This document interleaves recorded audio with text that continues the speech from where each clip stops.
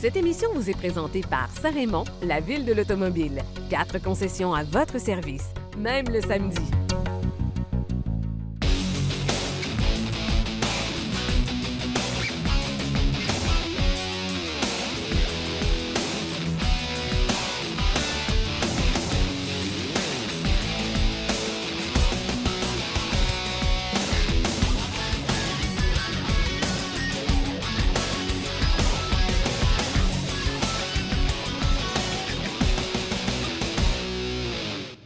Bienvenue à Virage. Aujourd'hui à l'émission, nous allons vous présenter 2 véhicules, l'Acura TLX ainsi que le Nissan Titan. On va compléter les chroniques mécaniques avec Jean-Guy Roy de Desharnais Pneus Mécaniques. Nous allons aussi parler alcool au volant beaucoup avec les gens d'Opération Nez Rouge et aussi de la Société de l'assurance auto du Québec.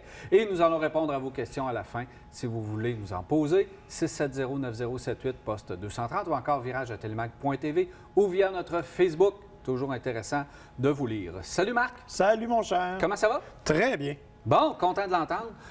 Beaucoup de contenu aujourd'hui à l'émission, ça va être le fun. Oui. Mais il faut commencer avec la voiture que nous avons ici en studio, puisque cette Acura TLX a été quand même passablement retouché, remodelé au niveau du style intérieur, extérieur. C'est une voiture Acura qui est toujours agréable à conduire. Ça, on n'a rien à redire de ce côté-là. Est-ce que tu aimes les améliorations faites sur cette voiture? Écoute, honnêtement, juste la calandre vaut bien le détour. L'ancienne calandre, on le sait, c'était loin de faire l'unanimité.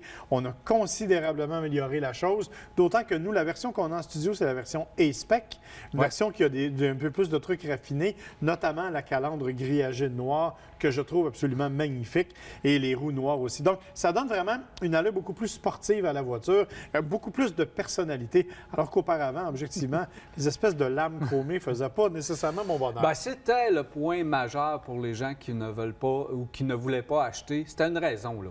Le design était vraiment le point de mire. Mais le rendement en général a toujours été exceptionnel avec la voiture. Ça ne fait pas exception avec celle-ci. Moi, je l'ai adoré. C'est solide. C'est le fun à conduire.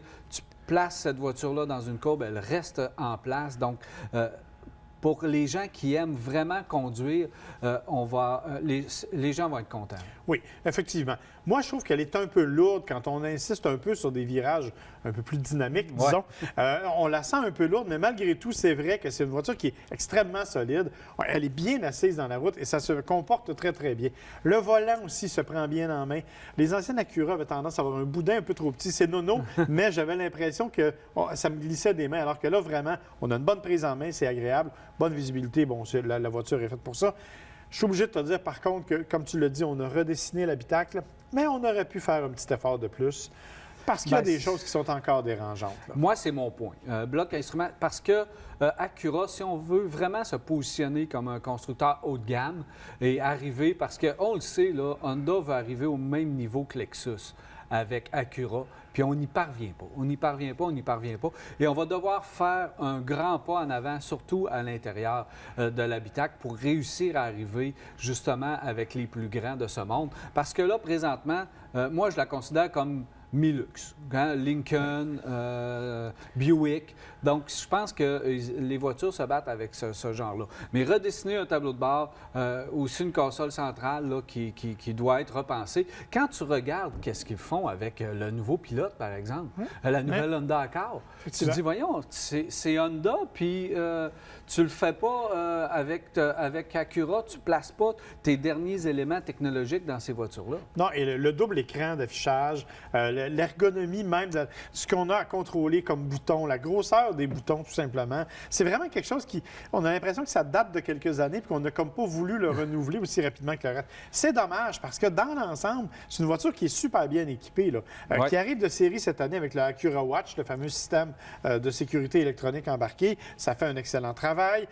Bon, on aime ou on n'aime pas, mais la transmission à bouton, moi, j'aime bien. Je trouve que c'est un genre différent. Ça dégage la console centrale, c'est bien. C'est ça. C'est un genre différent. Donc, on a mis des trucs originaux, mais on a gardé des vieilles tendances. Et ça, tu as raison. Si on veut atteindre le niveau des voitures de grand luxe, il va falloir faire un effort là-dessus. Il va falloir faire un effort aussi sur le confort des sièges, surtout aux places arrière. OK, je sais que je suis un petit peu plus large que toi, tu ne l'es, mais c'est quand même pas super confortable à l'arrière. Là. Le dégagement n'est pas tout à fait suffisant pour une voiture quand même qui est imposante en taille. Là. Mais c'est la conduite sportive qui prime pour cette voiture-là. Si vous aimez vraiment la conduite sportive, vous allez adorer. Son 3.5, c'est tout près de 300 chevaux, 290. Alors, il y a de la performance, il y a de la puissance et vous allez pouvoir justement vous amuser. Oui, puis traction intégrale disponible. Sinon, les 4 roues directionnelles disponibles selon l'option que vous choisissez. Et si vous ne voulez pas le V6, bien, il y a encore le petit moteur 2.4, 4 cylindres, qui fait quand même 206 chevaux, qui se demande quand même agréablement là, pour une voiture de ville, évidemment moins sportive, mais quand même pas négligeable non plus. Puis dans les éléments pour acheter une Acura, bien, c'est la fiabilité du produit, puis c'est les coûts d'entretien très faibles également, et la bonne valeur de revente de ces véhicules. J'ai l'impression qu'ils sont plus en Inde qu'ils se vendent mieux que dans le véhicule neuf. Oui, c'est pas nécessairement de bonne nouvelle, mais tu as probablement raison. Alors, très intéressante cette nouvelle TLX, et bravo pour le redesign. Ça fait longtemps qu'on voulait qu'Acura change le visage de ses véhicules. C'est fait et c'est réussi dans le cas de la TLX. Marc, un petit peu plus tard, je ne veux pas voler le punch, là, mais on va parler de quelque chose de très intéressant. Tesla. Ouais, on pourra en parler longtemps. On va se garder un petit bloc si ça ne te dérange pas, parce que je sens que ça va faire baisser notre pression. Oui, ça va être vraiment intéressant. Et en attendant, on s'en va rejoindre Jean Guiroy chez Desharnais Mécaniques.